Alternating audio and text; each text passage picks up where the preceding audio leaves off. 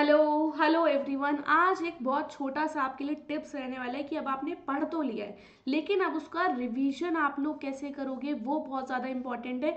क्योंकि पढ़ तो सभी लेते हैं, लेकिन उसको बार बार रिवाइज करना और उसको बोर्ड के पेपर तक कैसे रिमाइंड करना है हर एक इम्पॉर्टेंट पॉइंट। जैसे कि मैं आप सभी को बायोलॉजी पढ़ाती हूँ, है ना, तो उसमें कितने सारे एक्सेप्शंस होते हैं जो कि बहुत ज़्यादा इंपॉर्टेंट होते हैं। तो वो सब आपको कैसे रिवीजन करना है और कैसे आपको बस पेपर में देखते ही पूरा आंसर का पूरा कॉपी आपके सामने आ जाए, हाँ मेरे को ये पॉइंट लिखना है। तो बस आज 5 मिनट का मेरा ये वीडियो रहेगा। आई होप कि आपके लिए ये सारे पॉइंट्स बहुत ज़्यादा हेल्पफुल रहने वाले हैं।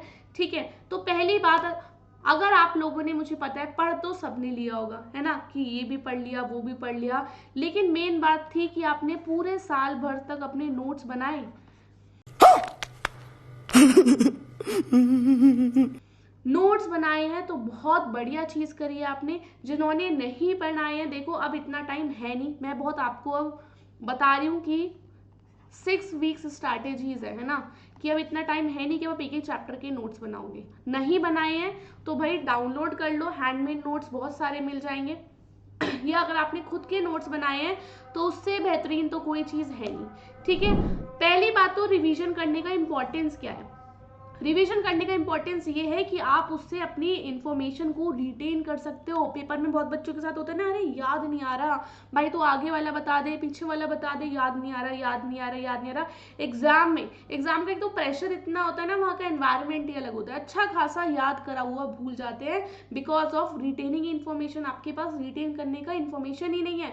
आपको वो चीज बार बार बार बार बार बार रिपीट करनी पड़ेगी। आपको पता है जो बच्चे नीट का पेपर देते हैं, है ना, और उनका ऑल इंडिया रैंक 1 आता है, अगर उनसे आप 3 मंथ बाद बोलोगे ना भाई दोबारा पेपर दे लो, क्या वो दोबारा 1 रैंक ला पाएंगे? नहीं ला पाएंगे, क्योंकि उनका रिवीजन ही नहीं होगा। अब तो वो सोचेंगे हमारा तो सिलेक्शन हो गया, वो क्यों दोबारा पढ़ेंगे। उन्हीं का ही रैंक 1 आता है जिनका रिवीजन होता रहता है, multiple times of revision you required.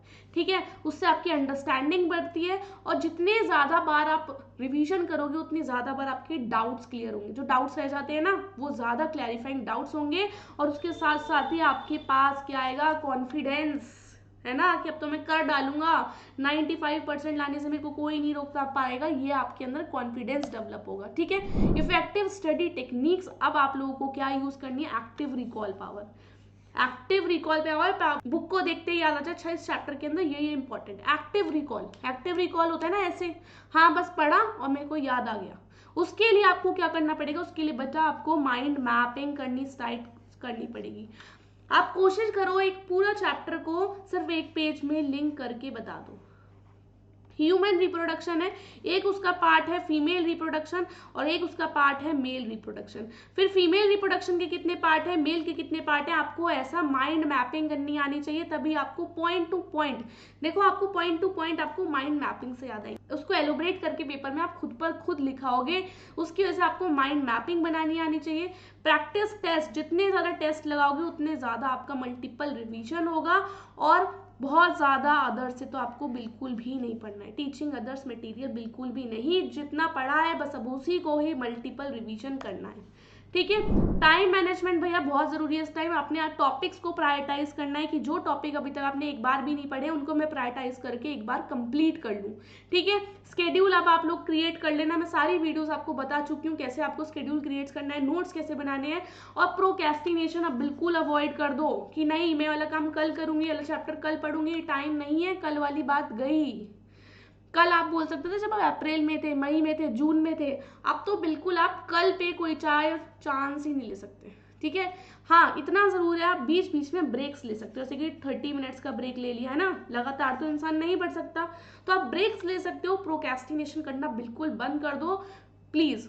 Procrastination आप कोई नहीं करेगा because it's a high time to revise everything and to recall everything.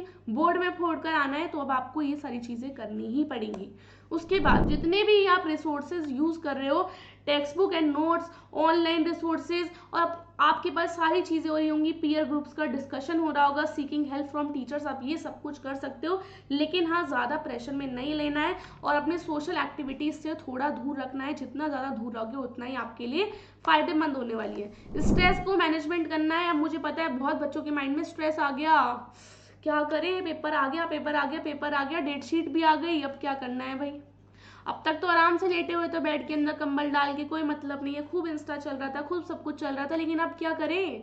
Stress नहीं लेना है, जिसका नहीं हुआ है प्लीज़ तैयारी करते रहो। उसके साथ थोड़ी बहुत आप प्लीज़, मेरा रिक्वेस्ट है 15 मिनट आप सब लोग एक्सरसाइज कर लेना, थोड़ी स्ट्रेचिंग, एक जॉगिंग लगाया ना, सुबह पार्क का चक्कर लगाया ना, ये सब कर लेना। और इस समय आप बिल्कुल भी अफोर्ड नहीं कर सकते हो बीमार पड़ना, ठीक है। बीमार नहीं पड़ना है, मौसम चेंज हो रहा है, फीवर आएगा, कफ आएगा, कोल्ड आएगा, फालतू की चीज़ें आएंगी, इन सब को बीमार नहीं पड़ना है। अपने आप को हेल्दी वेल्दी फिट रखना है। हेल्दी रखोगे तो आप सारी चीज़ें कर जाओगे, अगर आपका शरीर ही आपका साथ नहीं देगा तो आप कुछ भी नहीं कर पाओगे, ठीक है।